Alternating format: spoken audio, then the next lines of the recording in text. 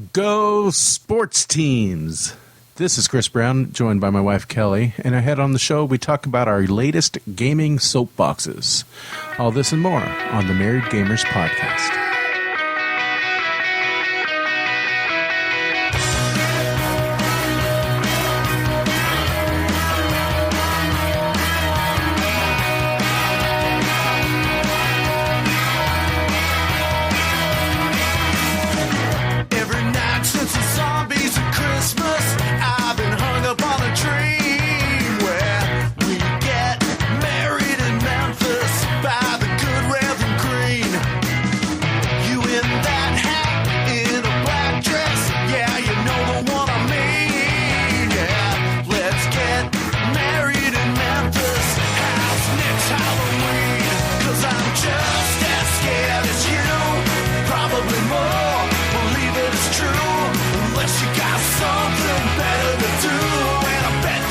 Episode 326 of the Married Gamers, recorded on Super Bowl Sunday, February 2nd, 2014. And I am Kelly Brown, joined as always by my husband, Lefty Brown, aka Chris Brown. Yes. And as we always do, we open our show with an opening question.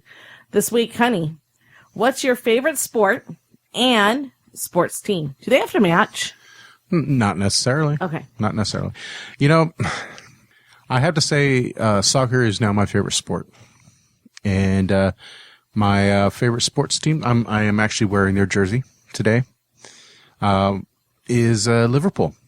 You know, I have many... Where's Liverpool located at, for those who don't know, maybe? The UK. Okay, in case people don't know. Okay, so I'm supporting the national team. In fact, I just went down to LA and watched the U.S. men's national soccer team. Did you have a good seat and everything? I was in the American Outlaws, is sort of the supporters of the national team. Uh-huh.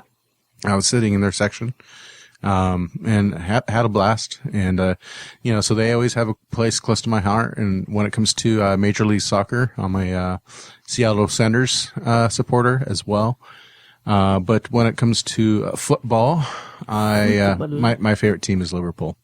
Although, I've been hanging out with a local Fresno Gooners. Gooners are Arsenal supporters. Mm-hmm. And, they've been very, you know, all right with me hanging out.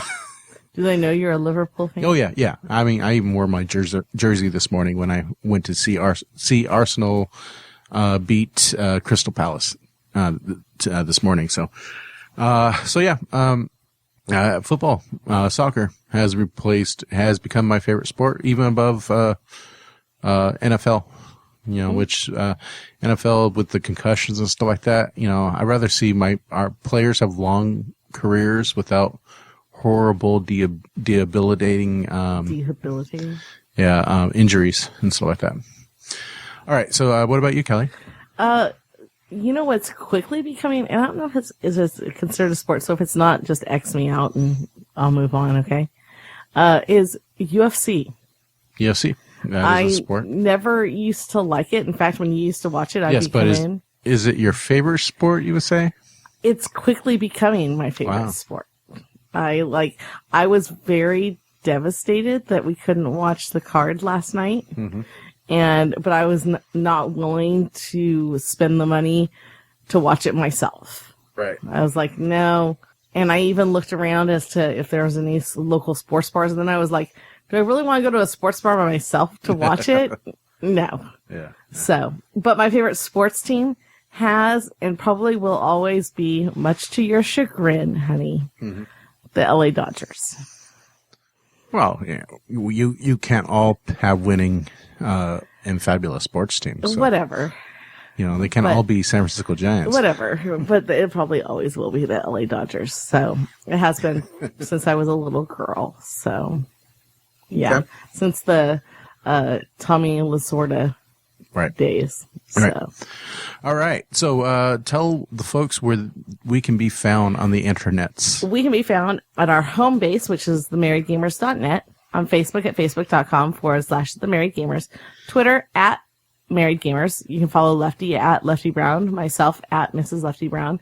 We're on Google Plus. Just search Married Gamers and you'll find us.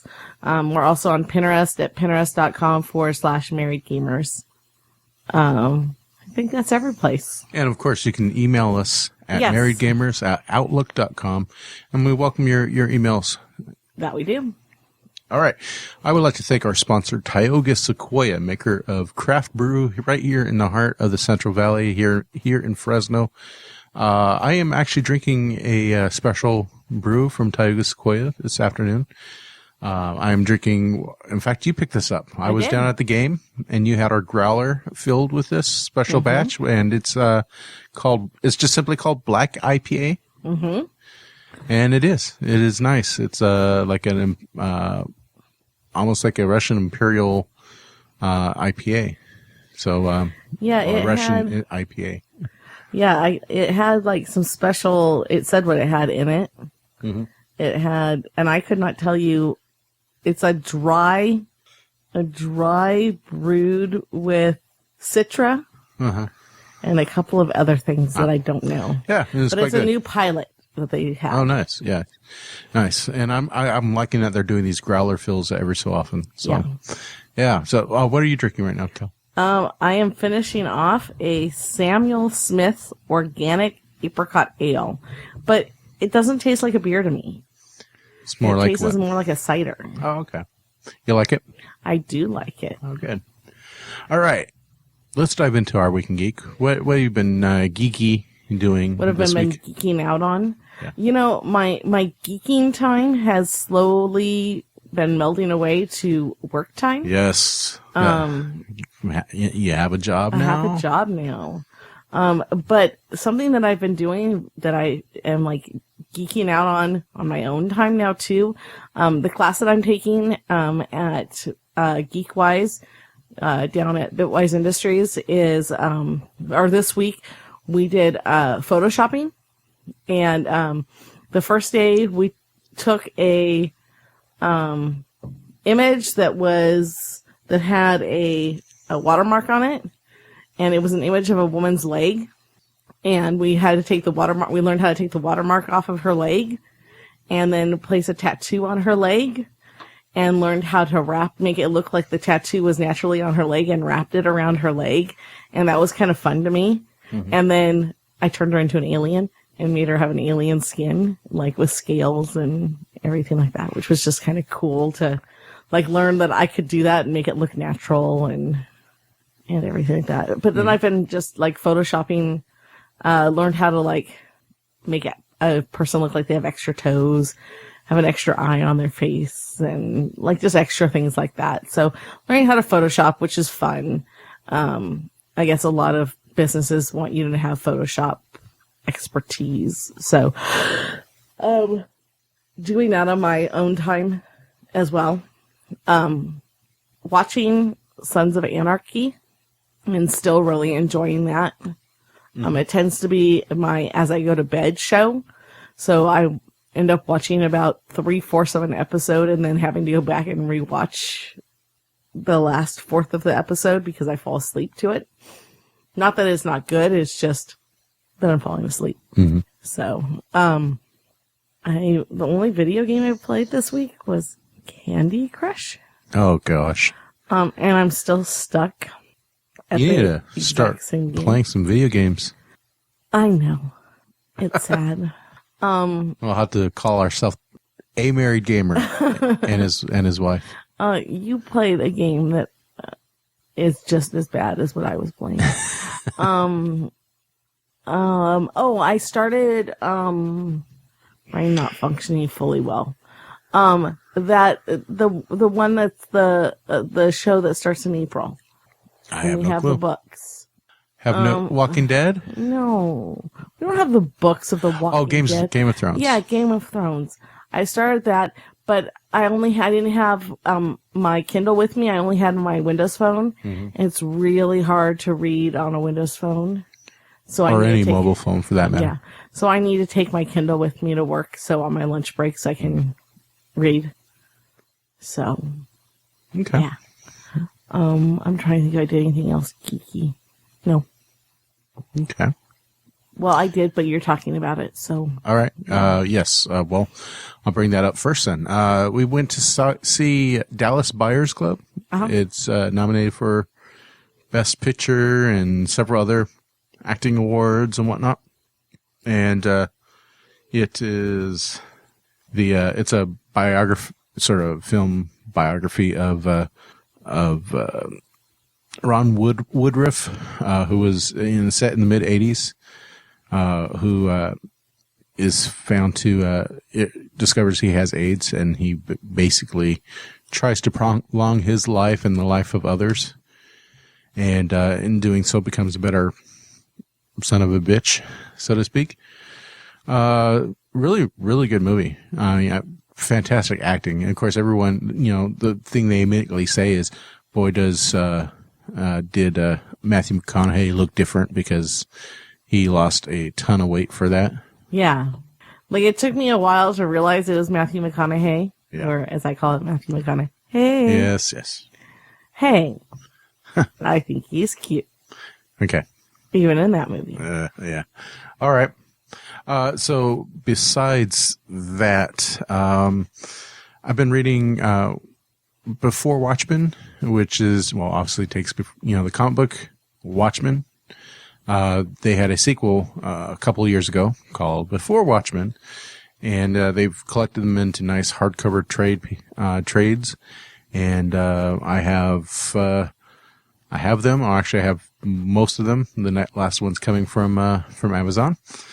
And, so I've begun reading through them, and so far I've read, the collection that has, I forget, but, I've been enjoying them, and, a lot of great writers and artists were attached to this, and, it's just terrific stuff. So I'm really enjoying the read through that.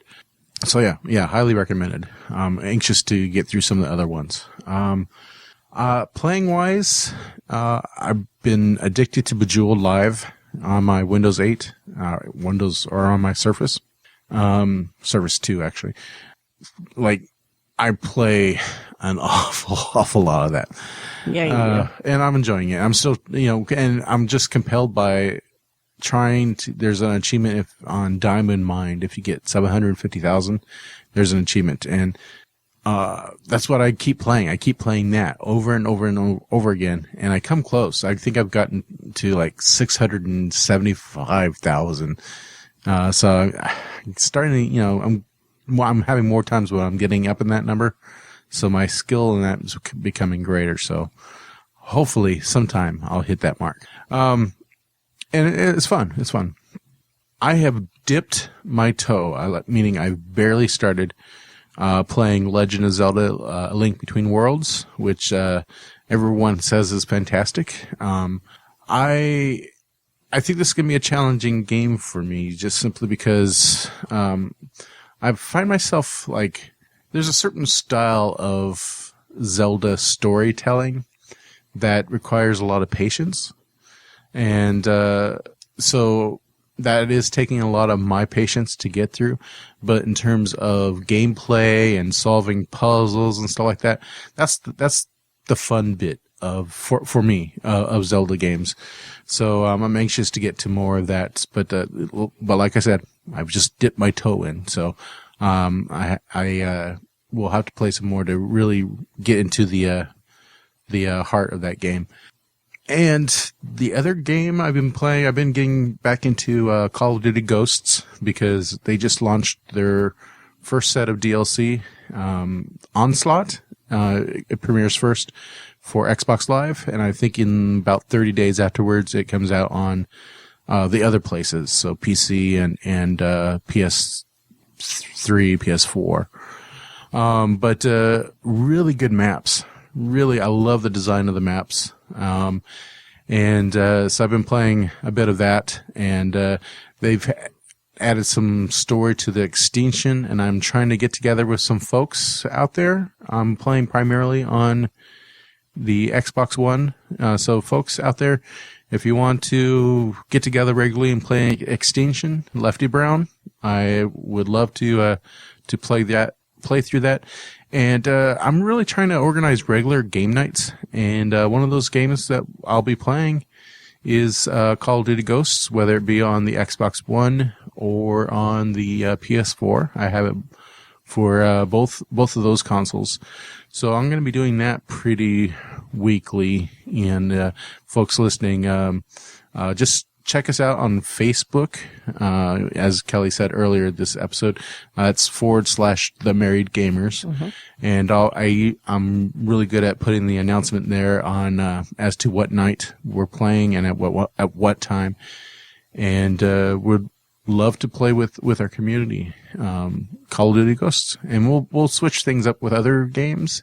And I'm really trying to get our community involved with setting up game nights on multiple different consoles, platforms, PC, Steam, that sort of thing.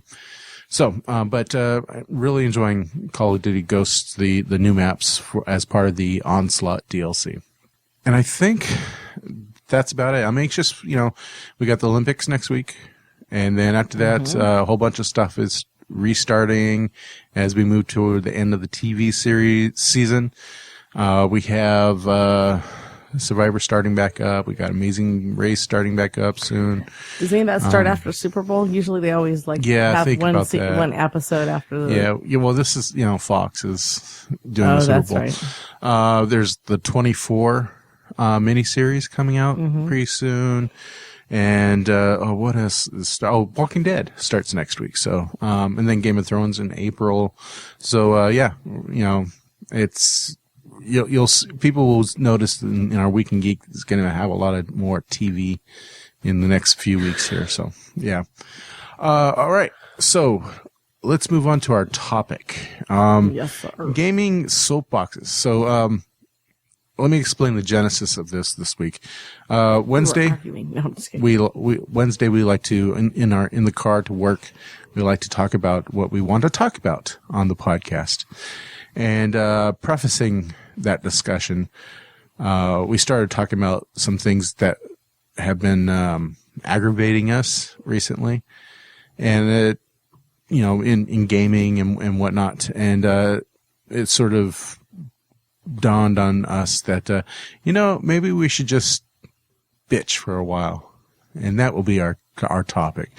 So. Welcome, folks. Take a seat. To the bitch fest. I think we're going to allow Kelly to have the soapbox first. Okay. So, Kelly, stand up on your soapbox and tell us. I'm kind of short. This one's kind of tall, so hang on. I gotta get up to the. All right. So tell us what is your latest gaming thing that's driving you crazy. It's kind of a twofold thing because it goes. What I was just going to say sounded really bad. It goes both ways, but, is that, we see these articles in the news about gun violence, whether it be a shooter goes into a mall and shoots random people, or a gun is found in a school that a child's brought to school, or another type of weapon. And I shouldn't say necessarily instantly, within the next day or so, when the police go back to that person's home, it seems like it's then brought to the forefront of, well, it was found out that they played within the 24 hours before this incident occurred, they were playing video games. Therefore, that's why they did it. It was the video games that made them do it. And it has nothing, they don't bring up anything else in their past.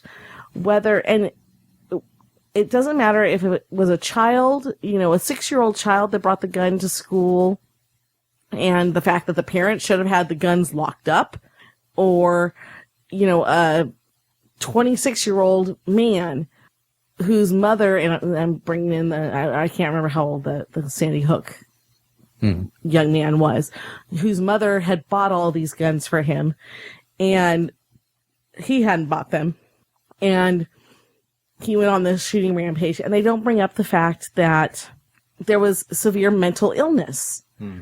And the only thing that the media focuses on is 24 hours before this occurred, they were playing Call of Duty. Right. Or they were playing any violent video game. That is what they bring up.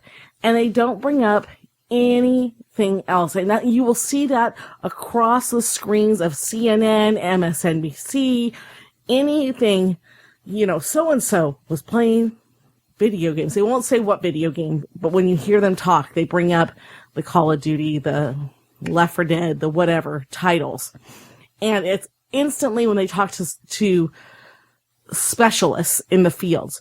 Well, these video games are extremely violent, and if that's all they're playing, and if they're stuck in a basement playing these video games for hours on end, therefore, what else are they going to do but think about going out and killing people? They're murder simulators. Yeah, and they don't bring up the fact that these video games, whether it's Call of Duty, Minecraft, whatever else that the people might be playing, are great hand-eye coordination instruments that, for some people who have social anxiety, allow people to actually interact with other people via the chat aspects of Xbox, and now PS4 has the online chat aspect to it.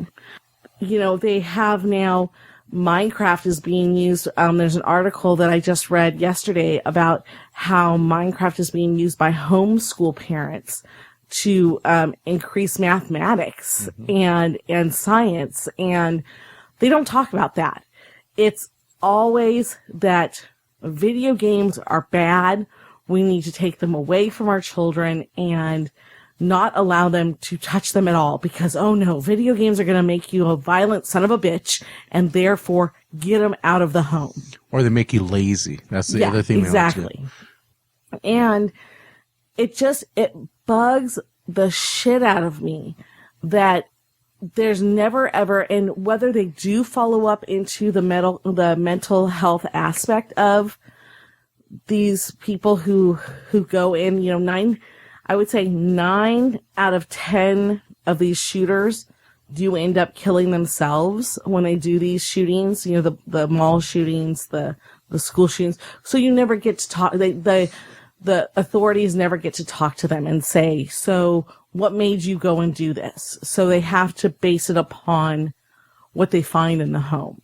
They never get to say, why did you do it? They never get to say, so was it the Call of Duty that made you think about going and doing this?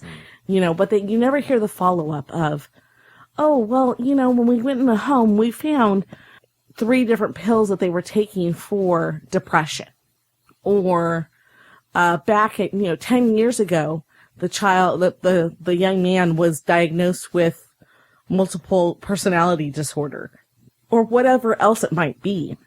It's just instantly thought about that. Or they're undiagnosed, that they were social disorders, but they just were undiagnosed with mental disabilities. And it cracks me up too that it's always, well, they were always so nice. I never saw them do that. Well, it's because it was the video games. They were always in the basements playing video games. So, Of course you wouldn't have seen them being violent people. That does not mean it. And the other thing that bugs me is when teachers who are uneducated about video games, and I've seen this within the last few weeks with me getting into this new job, who instantly say, well, we shouldn't allow kids to play video games because it's just going to make them violent. No, there are games out there that are educational that, I agree that a kindergartner should not be playing Call of Duty, but, put them on Minecraft. Let them play Lego Harry Potter. Let them play those types of games that are developmentally appropriate for them. Hand-eye coordination, Minecraft. I mean, think about how they're doing, I'm sorry, I'm having a bit of a migraine, so my brain's not focusing well, but they are doing critical thinking skills. We're coming to a point where within the United States, most of the states are doing Common Core standards, which require students to not just say 2 + 2 is 4, but to describe how they came up to the answer is 4, and to critically think, why did I get the number 4? And something like Minecraft can help them get those critical thinking skills processed in their brain. Not that Minecraft's going to help them come up with the answer of 4, but it processes their brains to when they get into the classroom. I could definitely see that. Like, for instance, if they want to have if they want to have a cake in the game, there's, they had to get eggs and they had to get milk and they had to, there's a learning, there's a series of things that must happen in order to get Y or Z, X and Y has to happen. So I sort of see that, and there's other things, applicable things, architectural type of things, engineering type of things. Right. The ability to use a cart to cart them around, one of their creations, that takes engineering skills inside the world of Minecraft. However, my question to you is, you led off with about violent video games. Right. And if they're learning these things in Minecraft, like engineering and critical thinking and stuff like that, then what can be said about violent video games? Well, I think that if they are let's say they're playing Minecraft, and I think that Minecraft is something that probably when a child gets to the age of 14, 15, they're going to start to get to an interest where they're going to want to play Call of Duty, those types of things. Call of Duty is an M-rated game. Mm-hmm. You're not supposed to play it until you're 17. 18, I think, is the... Well, it's intended for adults. For adults. So 18 years old. I don't think that kids should be playing it before they are 17, 18 years old. Okay. And so I don't think that, when I was teaching 6th grade, I couldn't tell you how many of my 6th graders were playing GTA, playing Call of Duty. We've seen parents buy it right in front of us, despite being told what type of things can be found in this in GTA, in this particular GTA 5, by another violent video games. Well, and in my Even opinion, when they're told they're not being parents. Anyway, that's a side issue. In my opinion, the child's mind is not mature enough to handle those situations. And I know it's digital blood. I know it's digital sex. It's digital whatever, but it's still developmentally a not child's what they're mind supposed is to do. different from an adult's Yeah, mind. exactly. But what I was trying to lead you toward is, the news and talking heads just sort of automatically, the straw man theories. Well, if you learn engineering in what's it called? Minecraft. Then in violent video games, you learn how to be violent, or you learn how to murder. That doesn't translate. That's not 1-to-1. No, exactly. If you were talking about things that you learn, any good multiplayer match will tell you learn you have to be a part of the team. Right. Those are skills that you learn. Now, the question is, does violent video games, make you become dissociative, unconnected from society? Does it make you more inclined to be violent? Well, we know that amped up stuff can sometimes make kids be temporarily amped up. Whether it be wrestling or watching an action film or whatnot. And I would argue a violent video game in which it's shoot, move on, shoot, can give you that short-term excitement, but not to the degree where it makes you a different person. Right. However, I think there's larger issues. If a person becomes dissociative, I don't think the video game is to blame. I believe it's what they have, the type of lives that they're living to begin with. When you start becoming when you become a loner and you don't even have any connections in your life, it's easy to be susceptible to having these violent tendencies, even with the exclusion of, True. I don't think violent video games is the catalyst. Right. And likewise, I don't think violent video games is teaching people to be violent. Right. Or it's teaching a person how to commit acts of terrorism, murder, torture, or whatnot. Right. I agree with you. Yeah, I think we have to be clear, and as you said, that there are underlying things going on in different people, and people are different. They're going to have different things that there's different causations in their life. Right. But I don't think violent video games are the symptom of these horrible, horrible acts. Back in Columbine, they said video games, and before that, any horrible acts of violence in society was often blamed on music. It's metal, right. Or it's that rock and roll. It's been blamed on video games. Video games. It used to be thought that video games promoted deviancy, or which was code for homosexuality, and other things, So there's been a lot of scapegoats throughout these years, and I think you hit the nail on the head by saying violent video games is the latest, and especially when it's so easy. It is so easy just to blame video games nowadays, and right. I mean. And of course, whenever we see it on the news, it's immediately followed by some stupid commentator saying something about Pac-Man or Space Invaders. As if video games never went beyond that. Okay. Anyway, anything else on your soapbox? What is yours? What is your soapbox? All right. Let me bring out my soapbox. I wanted to talk about, what got me started on my soapbox was NeoGAF. I know everyone who knows about NeoGAF has right now had a groan. They groaned out loud in places as such. I'm gonna leakers, rumors, innuendo, damage, video game reporting, damage gamers, in addition to damaging game companies.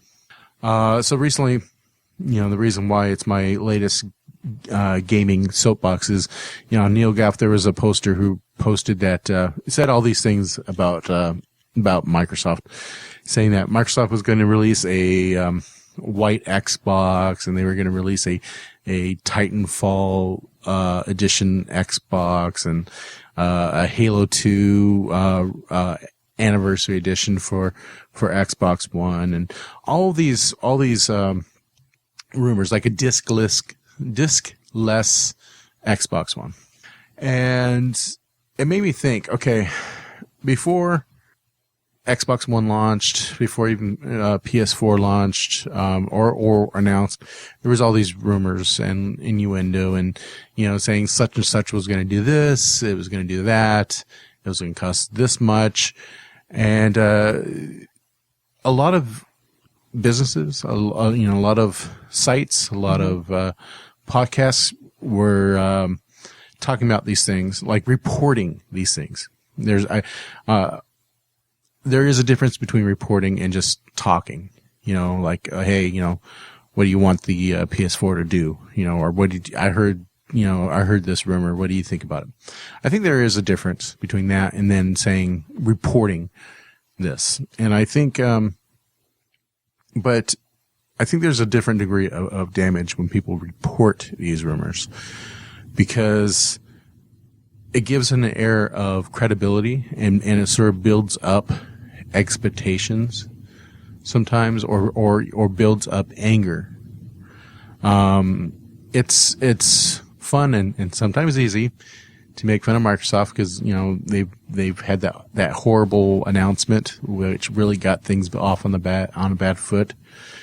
and they've been paying for it ever since, with some bad like pricing being $100 more and stuff like that. And Right. you know, so some of it's deserved, but there's some of it undeserved as well. But so it's been real easy to bash on Microsoft, and you know, in previous years it was easy to bash on Sony too. And bless their hearts, they're doing, I think, in my view, a greater outreach to its fans than Microsoft is. But that being said, so there's this poster on NeoCaf that said all these things. To the degree that where people now think these things he or she were saying is indeed fact. And now we're to the point where there's a certain expectation on Microsoft to make these things happen, even though they may not, in fact, happen. You know, like you would think by now we would hear details of a Titanfall edition Xbox One. Because, you know, if a thing is $500 or even more, if it comes bundled with Titanfall, yeah, that's true. There has to, you know, people have to prepare money and pre-order and all that sort of stuff. You think that would have happened by now, but there is now this expectation of such things, and when it doesn't happen, people get angry. It feels like one of those was it DirecTV ads? Yeah, and when exactly. people get angry, your grandfather gets hit with a can of soup in a you know, Really? you know, A can so of soup? it becomes this spiral that gets out of the hands of the company, you know, who to no fault of their own, you know, these leakers and rumors, true or not, it maybe was a business decision not to make a Titanfall edition, you know, but now that people now expect it, you know, now it's, you know, a new story that is, they now have to manage to no fault of their own. Or they, you know, on the other side, overinflate things, you know, so much that, when the actual thing comes out or gets announced, there's a diminished expectation. They wanted more. Why don't you tell us everything now? You know, so there's a little bit of that. So even true or not, you know, what if, you know, some of this stuff, and I'll be quite honest, when I heard about this stuff, I told you, Kelly, I said, well, some of it's just no brainer. Like, it could be right or it could be wrong. And it's just a real easy thing to say or conjecture and make it seem true, just enough that it gets picked up. Right. You know, for instance, there was a Halo 1 anniversary edition, so why wouldn't there be a Halo 2? You know, so, you know, that sort of thing. What was the other thing I said? Oh, you know, they've made a white Xbox before, so why wouldn't they make it again? Right. You know, or it just makes sense that a different color would be, because then if you're waiting to get Xbox One, now you can get an Xbox One in something that your friend, neighbor, girlfriend, partner doesn't have, you know? So, you know, some of it's just like, yeah, you know, it's within the realm of possibility. So it adds to it a certain credence to it, you know? And, but at the end of the day, it sort of builds up these false expectations of a company or makes people angry that was a route that they could have gone down, you know, in case in point, the discless Xbox One, you know, just the very thought that may actually be in existence, that may be coming out because of this leaker or rumor monger, now has people angry because we don't want something that doesn't take, you know, it's that Microsoft that says everything has to be download only, you know, damn Microsoft taking our ability to buy actual physical discs again. You know, meanwhile, you know, they still have an Xbox One that does have but you can put discs in, you know. So it's that sort of rumor thing that, makes things even harder for companies to have to operate with, you know, and sort of, it can mislead the public. Gaming can be expensive, and having to set aside money to purchase a game, or thinking that there's a Titanfall edition of Xbox One coming out, and you set aside that money, and it doesn't appear. That doesn't happen. Yeah, that sort of stuff. So there, so it sort of bugs me, like that, how a leaker or a rumor person can sort of put those things out there without with any founding. Yeah, well, it causes major, like, for some of the stuff, Microsoft will have to spend real money to put these rumors away. Not buying people off, but to put out official word, and stuff like that. There's this costs companies, and I say Microsoft again because this is the most recent instance, but other companies as well. In case in point, Nintendo. Everyone's calling for Nintendo's death now because they had much lower sales results in this current quarter of Wii U units, much lower than they thought. So now everyone says, well, Nintendo's going to die. Nintendo, and everyone has these theories, and right now the latest rumor going out there is that Nintendo's going to already make another new console. They've dubbed it the Force, Nintendo Force or something like that, which sounds ridiculous. But then again, the original Wii had a ridiculous name until they named it the Wii, which I guess in itself would be a ridiculous name. But that being said, okay, and then Nintendo isn't saying anything. Well, maybe they're not saying anything because it doesn't exist. Right. So yeah. So it doesn't affect just Microsoft. It affects other companies. This sort of rumor and gossip type thing that to some gamers automatically becomes fact because they don't do fact checking, and other sites are too lazy to do fact checking themselves, so they spread this rumor. And again, I'll say, talking about it in a hypothetical way, it might be different. I really wish that there was an Xbox One that didn't have a disc. Let's discuss that. That's different than saying, oh, I heard that Microsoft's thinking about this.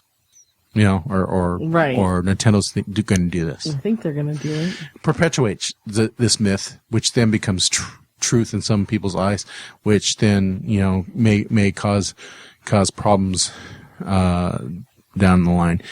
And I think that does not inform or better inform gamers in general, and in addition to causing misery to the companies in question. And so that's my soapbox. It makes me mad when these things happen, and at the end of the day, I really wish there was like a truth meter, like they, like when they had the presidential address, and they sort of at the end of things have a fact checker saying, well, this was true, this was somewhat true, right, and this was blatantly false type of thing. And I wish there really was like that sort of fact checker for these type of sites like NeoGAF, because I bet you an overwhelming amount of the stuff that sort of is quote unquote leaked on NeoGAF turns out to be untrue. Right.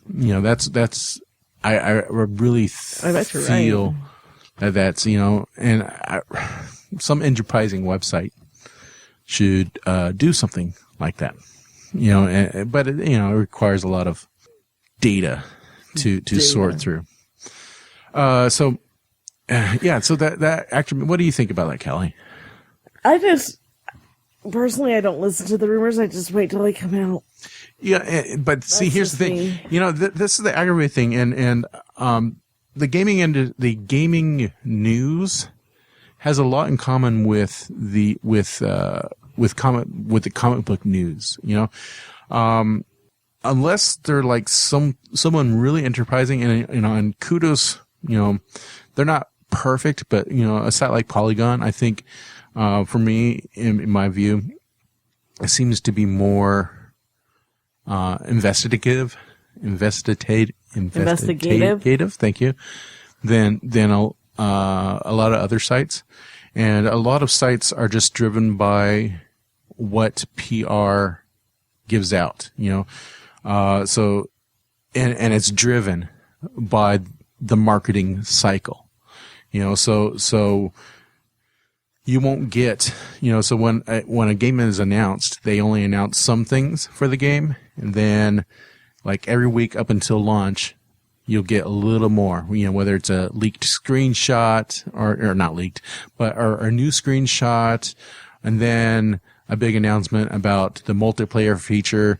Then a few months out, the marketing arm, the promotional team, the community team will invite YouTubers or bloggers or news sites to come in, and they'll reveal something, and they can conduct interviews and stuff.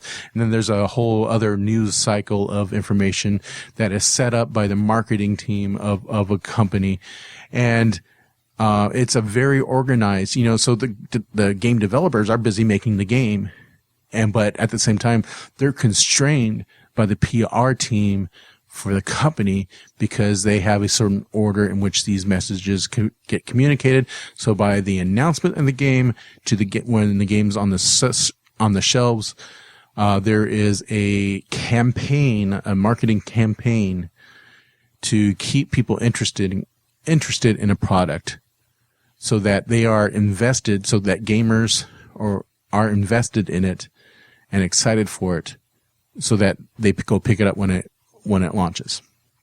And that is PR driven now, and there is very little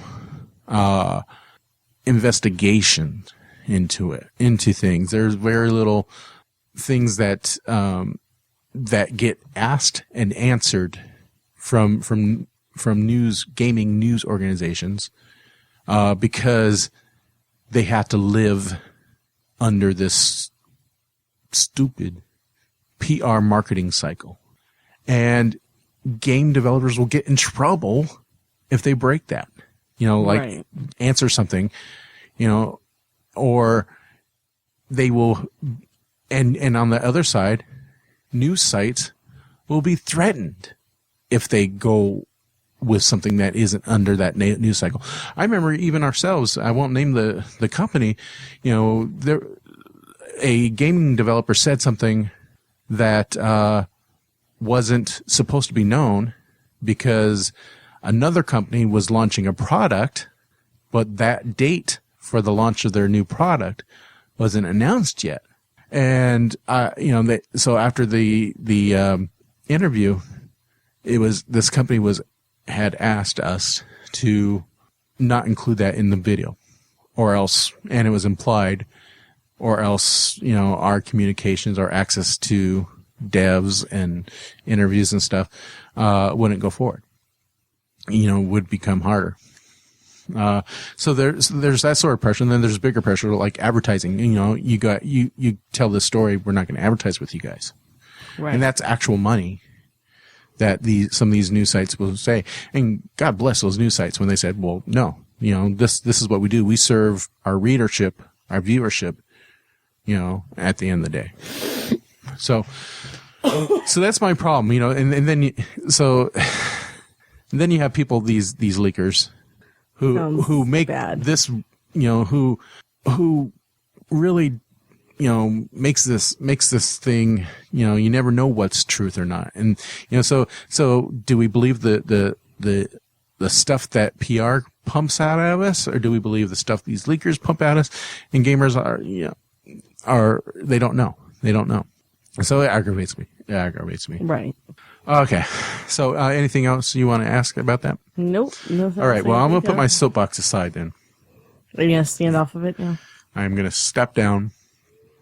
Yours was shorter. Now that I'm plenty. A shorter soapbox than mine. Okay. All right. Well, because I'm shorter than you. Okay. I get it now. Okay. Ha. All right. So, Kelly. Yes, sir. Oh, I should say, folks, what are your gaming rants right now? What about the industry? let us know at marriedgamers@outlook.com, and maybe we'll read it on air and discuss it as well. So, again, marriedgamers@outlook.com. Kelly. Yes. Take us out. You can find the Married Gamers at multiple places, like we said at the beginning of the show. You can find us online at www.themarriedgamers.net, on Facebook at facebook.com/themarriedgamers. Follow us on Twitter at Married Gamers, or Lefty at Lefty Brown, or myself at Mrs. Lefty Brown. We have an app. Lefty, tell them about it. Yes, we have a podcast app. It is $1.99 and is available on most smart devices, mobile phones and tablets. All you do is go to your store for your device, iTunes, Windows Store, and do a search for the Married Gamers, and you'll find it. It's $1.99, and it gives you access to all of our podcasts and our bonus content. We are producing more and more bonus content for the podcast that you can only hear if you have the Married Gamers official app.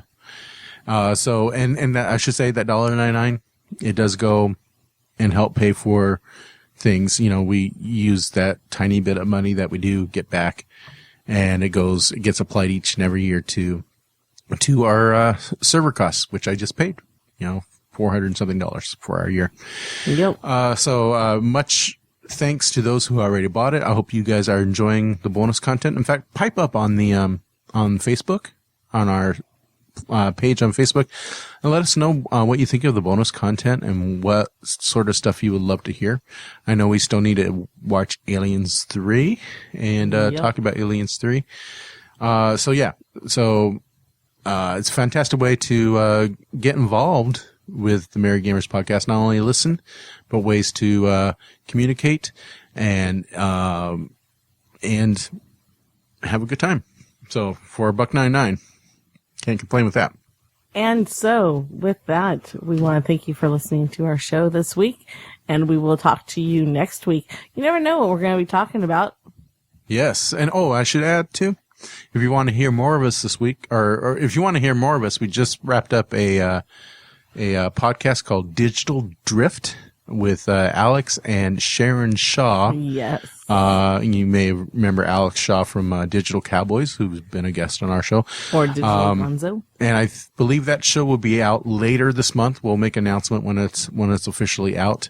But Kelly and I were guests on that show just recently, and so just keep that in the back of your head. You can search for Digital Drift on your favorite podcast reader and be able to prepare yourselves and get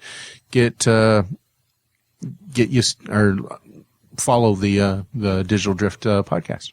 All right.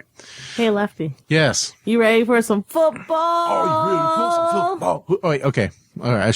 This should have been our question for that. Who are you rooting? I mean, by the time people are listening to this, they'll know the result. So this is us before the podcast.